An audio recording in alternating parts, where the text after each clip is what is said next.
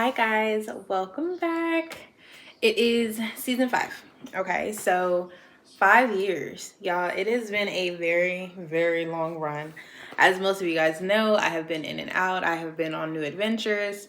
But most of all, this has been my baby. This has been where I always come back to. This is where I try my best to vent and be as transparent as possible. In season 5, y'all, we have some new things coming. Y'all see my mama rap. We have some new things coming, right? As you guys have seen in some of the posts, I have a different logo that's up there with mine. This is going to be a collaboration project from here on out with the amazing nonprofit Her Movement. Her Movement has been amazing, to say the least. I'll get into it in another video because I do have something special coming on the 21st that will allow me to elaborate a little bit more. But for now, I just want to leave you with, it is an amazing platform for women and young girls. Essentially, the overall goal is to connect the community with different resources, but mentorship for young girls is major. So obviously, as Just Jaysa is a platform for wisdom. It's a platform for me to really, again, be transparent and allow you into my life in a way that provides the necessary conversation that I wish I would have had before we got to this point. But nevertheless, you cannot just keep everything to yourself because no one gave it to you. Anyway, this episode, I am going to give you a little rundown on everything that's been going on, the changes, what you can expect with this new season, and hopefully the continuation of the seasons to come. But also, we're going to be touching on this topic. Our topic this week is going to be validating a narcissist and surviving. Okay, so this obviously is a little window into what story I'm probably going to share with you at the end of the video. But we are going to be talking about what is a narcissist, what are the behaviors that validate narcissistic behavior. Like I said, we are going to jump into what I'm actually talking about, why I'm bringing this to your attention. And as always, we're going to end it with some type of solutions or ways for you to get through it. I will do my best. I have my notes. Okay, we may not be crisp and clean in every video. So if I'm looking over there, mind your business, okay? Look at my scarf. Amazon. Yeah, focus on my scarf when you see me looking over there. But I'm super excited to be back. You already know what to do. Make sure you subscribe, like, share, comment, the whole 9. We're just going to jump into our video. Let's do this.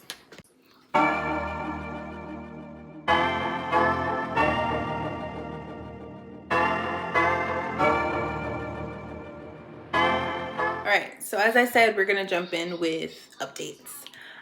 So for the past couple months, right, I launched Contrary to the Culture. I think I'm going to do it like that. We're going to do a seasonal thing, y'all. We're going to split it up. So the beginning of the year, you're going to get Contrary to the Culture on Tuesdays. And at the end of the year, we're going to do Just Jaysa. I think it fits because it's more calming. It's more reflective. We're trying to go into the new year ready with our resolutions, thinking we're going to stick to them. The goal is that Just Jaysa is going to cushion it to make us actually follow through. So, fingers crossed it works out and you guys actually do it. So that was my thing. Contrary to the Culture, I was doing that for the beginning of the year. It was really good. I liked it. I enjoyed the topics, and I'm hoping after doing it for my first season, understanding the things I can alter and the things that really drew people's attention, we can be better for season 2. Okay? Obviously, I never stop. There's always a project. So my latest project that will be dropping in January is Say Magazine, Something About Yesterday. So excited. Super, super ready. Super excited. Super excited. I ran out of words. It's okay. It's dropping in January, y'all. I already have it written. I already have it ready. It's ready to be ordered. All the features are super excited and looking forward to receiving their copy. So January 11th, mark your calendars. I will have the website up before then. I did shut it down for a minute, y'all. This economy is crazy. I know y'all see these businesses just shutting down like computers. Yeah, we're all out here struggling. So please bear with me. I will have it back up. Pause, my son. I have rebranded Audacity of Women so many times. And I think the reason is because I'm a mom. The freedom that I had before becoming a mom and the availability, that's probably the better word. The availability I had before that was completely different financially, physically, emotionally, all of it. So trying to figure out how my brand and businesses can adjust and follow the same lifestyle changes that I have personally, I think was super important. So another rebrand is coming. Nothing crazy, nothing too drastic. It's really just establishing the calendar, making sure that the services and products I'm providing you guys actually mimics what I'm able to do. So I'm super excited for that as well. I know I'm always excited about something, but it's going to be really nice. My goal is to have it up and ready by March. Obviously, the website will be up in January to host the magazine, but everything else that is actually going to be fully functional, the events and everything like that that are going to be major in the meat and potatoes of the business, will not be ready until March. And the vision with that is going to be more than just me throwing a website out like I've done in the past. It's going to be something that I actually put together. We already know March is Women's History Month, so I'm really looking forward to capitalizing off of that. So definitely mark the month for that one, because I have a date in mind, but we'll see how that works. Okay, I think that's it. Those are all the business updates. Everything else about personal life that has changed, y'all, we're gonna learn through these videos. So let's jump into this topic. Okay, validating a narcissist and surviving. That topic alone is wild. So a narcissist is basically someone that gets off on being the center of attention, that loves admiration, that lacks empathy, that does not have the ability to separate themselves from someone else in their situation. That's how I understand it. Everyone has their definition of things nowadays, but that's how I understand it, and that's also what I found in my research. Now, when it comes to current climates, we use a narcissist as a term a lot. And sometimes it matches the definition, sometimes it doesn't. But I will say, for the example that I'm going to be talking about in this video, it is something I have understood to be a true narcissist. And I think the biggest thing with this is that sometimes we think that it's a bad thing, it's a villain, it's someone we should completely avoid. When in reality, at the end of my understanding of this situation and my reflection on it, I understand that it's a little bit more than that. It is something that some people just can't control. I think there are a lot of people in our lives that are actual narcissists and that actually feed off of this behavior. They feed off of the reactions it gets from people, whereas others just have been living their lives for the absolute longest in this way. And when they are confronted with why this behavior is no longer acceptable, it's odd. You know, it's an attack. It is something that does not bring good graces between the two. So, what is a narcissist? What makes you feel as though you are center stage? What makes that person feel as though what you are saying is attacking their pedestal? I think that is the best way for me to fully understand a narcissist and what comes with that behavior. I'm probably gonna need to do a full edit and get all of my tools back, because editing out the background noise and everything, y'all, I'm doing my best, okay? But back to a narcissist, right? For me, it's focusing on the why. What makes you get to this point? Why are you this way? What triggers you to be a narcissist? And the reason I'm like that, according to my research, is because I'm a woman. And some people are going to take that the wrong way. There's nothing necessarily wrong with it, but I do think when we understand the traits that don't necessarily benefit us but enable other people, we're able to navigate them a little bit better. So validation is huge when it comes to enabling narcissists, because they are looking for admiration and control. So if we're in a position to constantly wonder why, constantly trying to fill this void for them as to explaining away their behavior, we are validating their behavior, their explanations, their feelings, instead of remaining stern on our boundaries, our expectations for the people in our space. Now, a lot of people process this as, oh, it's a bad vibe, or, oh, you just want everyone to cater to your feelings. In reality, that's not necessarily the case. Being aware of your boundaries, your limits, and the things that you are triggered by from other people is not having everyone else bend to your will. It is knowing that I cannot take that. I am not in a position to take on anyone else's behaviors that essentially burden me. And that's okay. Obviously, there's great ways to say this, but when we are dealing with a situation such as this, when it comes to surviving a narcissist, that is not going to be received because the control is being taken away. You are completely removing the control of that person's reaction, behavior, and responses from them, and you're putting it back in your court to make sure that you are protecting your environment. So, how do we change this? How do we identify a narcissist? Yeah, this chair ain't comfortable. So, according to my research, I will put all of it in the description box. Love bombing, gaslighting, silent treatment, listener polls. How do we identify a narcissist? Okay, let's jump into that. Gaslighting, okay, love bombing, things like silent treatment. Okay, that is one of the things that we see when it comes to the common narcissist. Obviously, when you're thinking about those things, you're thinking of the examples, you're able to connect. The silent treatment, I can say, is big for me, as well as probably gaslighting. I can definitely see gaslighting in my situations a lot more. But for a lot of people, I think that silent treatment is the most common across the board for the examples that I've heard from other people. And the funny thing is, with those situations, a lot of the times we just chop it up to either that person cares, or we misinterpreted the situation, or you know what, they're trying to protect their peace by just not talking to me, so I'm just going to protect my peace and move on. We always try to excuse away the behavior to better understand what's happening, to make us feel more comfortable with what's occurring. And a lot of the times, it doesn't come out that this is a bad, negative space until it's too late. Until we're at a point where we feel like, until we're at a point where we can say, okay, I know that these are my triggers. I know these are the things that are going to bother me. Essentially, we're going to keep going through the same thing. So, what do I suggest?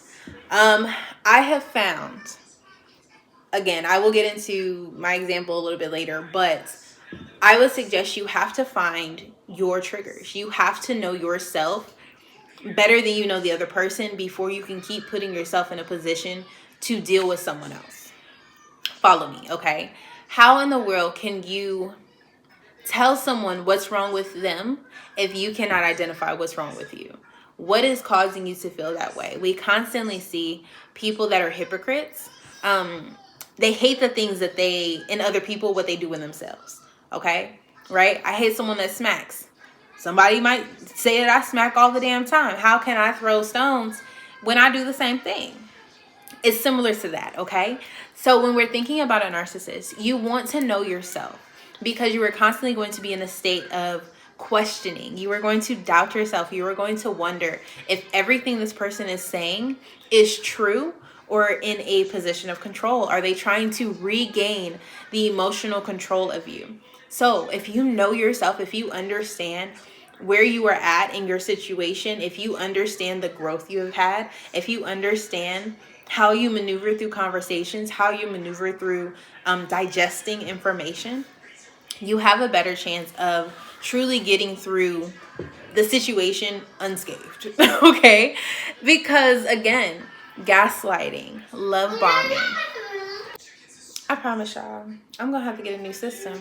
I might have to rent a storage room just so I can record without my child screaming in the background.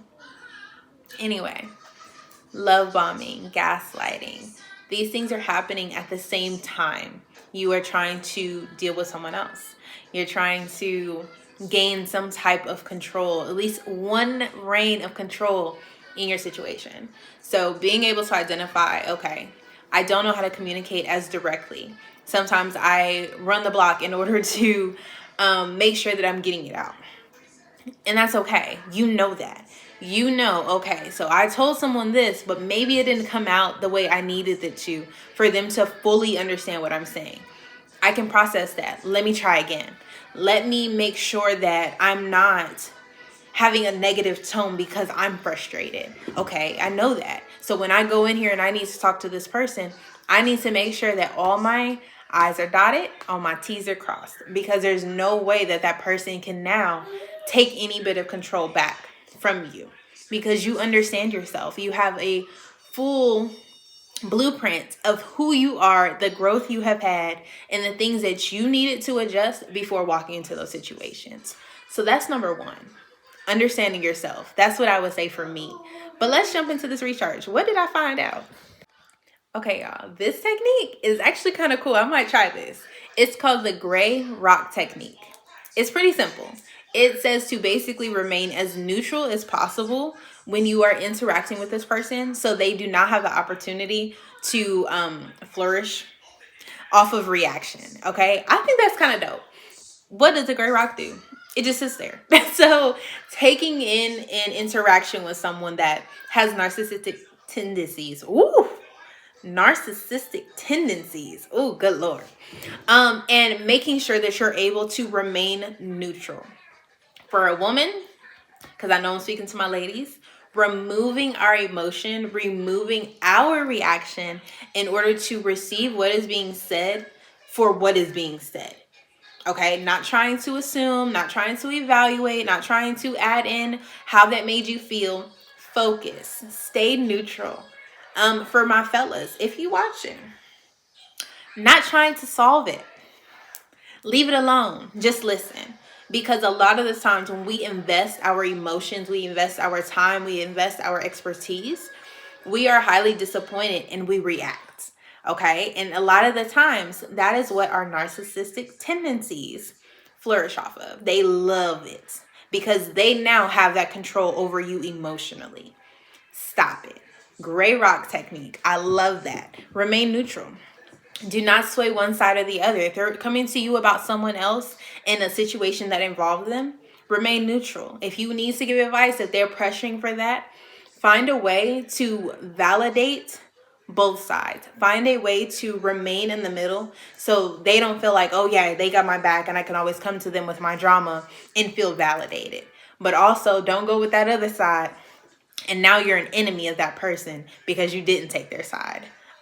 Love it. That's number 2. Let's check out the next one. This last one we've talked about in a series, okay? Boundaries. Set them early. That is the last solution, method, technique, whatever you want to label them as. Set your boundaries early. A lot of times when we are going through this, and I can say mine is with family, it's hard to set boundaries early because you don't realize it until you've already gone through so much. And for me, I can say I didn't learn about any of this until now. I am an adult. I didn't know any of this. So it's really difficult to say set boundaries early when you really aren't in a position to do so, right? So this example really goes with, like, we see it a lot with kids, right? Set your expectations early. Teach them the rules early. You know, put them in a position to be successful with you and you with them early. It really alleviates that stress. But I guess this one would really fall with friends, coworkers, people that you're just interacting with on a stranger basis, right? Let's say you're on the bus. Someone tries to get too close. Set that boundary early.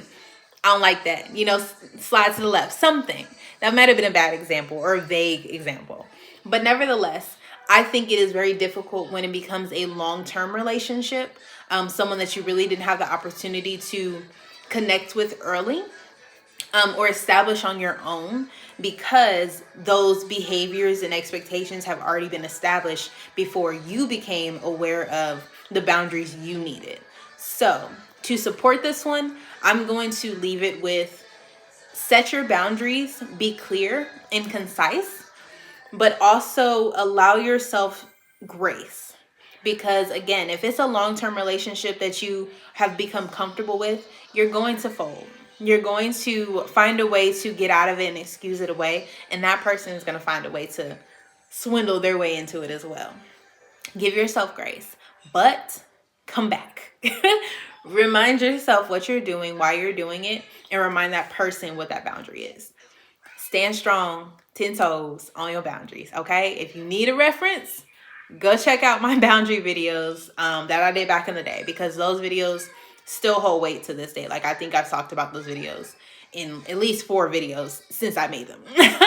But those are my techniques, okay? Those are the things that I've come up with, my research came up with, and that I think really would be beneficial when it comes to surviving a narcissist. Before we end this video, I promised y'all a little backstory, a little transparency. Let's do this. So, in these past couple months, it has been crazy. I'm not gonna give too much information or too much of my business, because it is my business. And no, Tabitha, I want to just share the information. So over these past couple months, it has been very interesting for me to develop a relationship with my husband. And I don't mean that like we're struggling, y'all. We're good. But what I mean by that is, as someone that's young and that's new to their marriage, that has a child, you have to understand that you're going to go through trials and tribulations. You're going to go through personal lifestyle changes. And everyone around you may not accept that. They may not understand. They may think that something is wrong. And it raises red flags for them. When in reality, you are establishing the relationships that you need to make sure your household is thriving. These past couple months has been crazy. Me and my husband have been married for almost 2 years now, which has been so nice. But we are learning. We are still going through different experiences that require us to regroup. And in this time, we have learned how to communicate. We are learning how to bounce back a little bit faster. We are merging our views on different things. And with that, an adjustment comes. And something that has attached itself to that is people not being okay with that. And obviously, with the title of this episode, I have noticed narcissistic tendencies. I have noticed tendencies that are not ready for that control to be relinquished. And that's okay.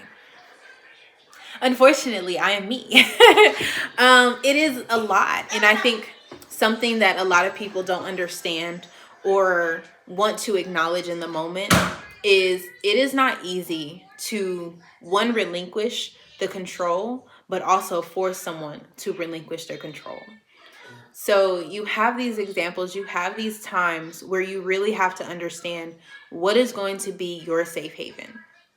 What do you want your environment, your life to look like? How would you want someone to protect your child, to protect you, to protect their own space? So, is he about to make me pause again? Y'all, what y'all think?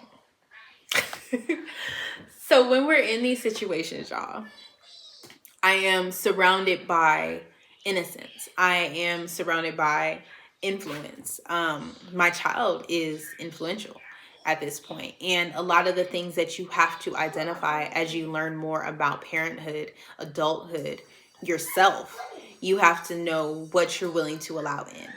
And as I used as my example in the beginning is my marriage. My marriage was suffering, not again because we had our own personal issues, but because of the weight I had of other people within our marriage, what I allowed to enter our environment and taint our marriage. Half the time, I would walk around angry and not at him. You know what that feels like, that weight, and not being able to explain it some days, or to explain it and have the other person look at you like you're crazy because it had nothing to do with them. That is not okay. So identifying that in my life and identifying the source and identifying what I needed to do to protect my peace, my husband, and my child outweighed anything anyone can ever tell me. A lot of the times we go into these situations and we feel bad because we're like, oh, you know, so-and-so was here for so long, or so-and-so means this to me, or so-and-so really feels this way about my choice. At the end of the day, who did you actually choose to be here? They are owed so much more than the people that were here by happenstance, okay? Everything is by choice. My child didn't choose to be here. I chose my husband, so I owe them everything I possibly have. When it came to surviving the situation, I chose to walk away. I chose to cut people off. I chose to isolate. And again, it hurts because you operate in a state of mind for so long. You operate in this habit for so long. And when you finally get to a point where you have to walk away and that presence is no longer there, it's awkward. It's difficult, but you do it. You will. It's fine. I promise. Because then you get to see the people in your space. You get to make room for the things that are supposed to be there, that have been knocking at your door for months, for years, but you weren't ready. You didn't have room for them.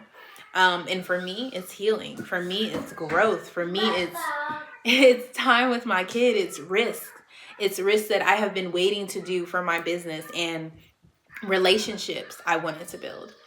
So I say all that to say that is my story. That is my alignment story. And with that, I was able to kind of put together a mental toolkit. Okay, so things that I knew would allow me to continue to survive those experiences. It doesn't happen overnight. And I think that's something else that is super big when it comes to this conversation. You have to implement and maintain. So for me, I'm doing my best, y'all. I'm doing my best. Self-care. I have to find a moment. Even if it's every 2 weeks, I got my nails done. I'm so excited, y'all. I was in the nail salon and I booked my comeback appointment. Moms, no one told me this was going to be that difficult. I scheduled it in the nail salon. I'm going to go back. And I think that is something that is so important. Taking a bath, shaving these legs, y'all. I don't even leave the house anymore. But being able to shave my legs is so nice.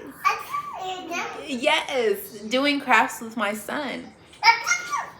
Creating memories. Doing the things that I need to do to ensure that I have opened the door for my peace, my environment. So those are the places that I have chosen to begin. I do not suggest bringing too much on your plate.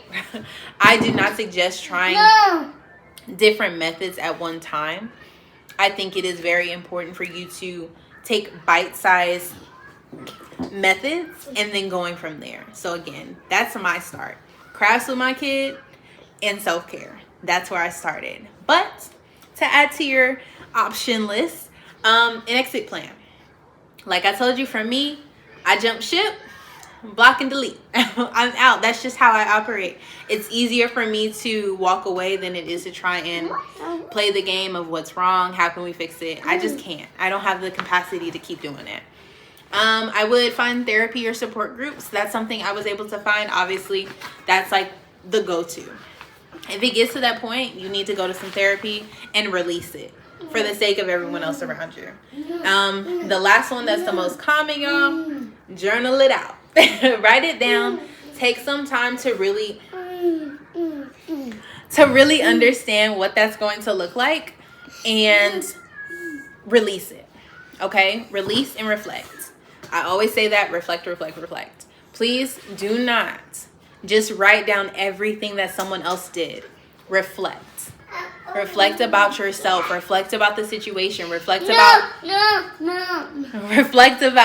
how that situation could have gone better. You need to make sure that you're identifying every perspective so you can avoid those holes. And remember, when we go back to that first solution when it comes to surviving a narcissist, if you don't understand yourself and someone else can point out the things that keep you from being great. We were almost done, y'all. Anyway, long story short, if you can't figure it out, if you don't know yourself, if you don't know what someone can take from your arsenal and put it in theirs, you're not ready. So journal it out and reflect. Release and reflect. Other than that, you guys, I'm super happy to be back. I am happy to talk about this with you guys. I hope it was enough. put in the comments. If it wasn't enough, if you need me to elaborate more, if you need me to be even more transparent, because like I said, it's ongoing for me, so I don't want to give too many details. I don't want to poke, you know, other people's buttons. So I do want to leave it, you know, kind of blanket, but still give you the information. But put it in the comments. Let me know, because I can always switch up my topics to align with stuff that I've already talked about or I've already dealt with. So it's not so much trying to keep out details. But I am doing different things. I'm trying different tricks and stuff like that for these episodes. So if you like it, you don't like it, let me know in the comments. Like, share, comment, do your thing, subscribe, turn on your notifications. We are going to every other Thursday. So starting on the 21st, which is our next episode date, I have something special in store. So definitely make sure you stay tuned. I will do my best to be on time. But I'm so happy to be back, y'all. Season 5 of Just Jaysa. We will be jumping into it. Until next time, y'all. Bye.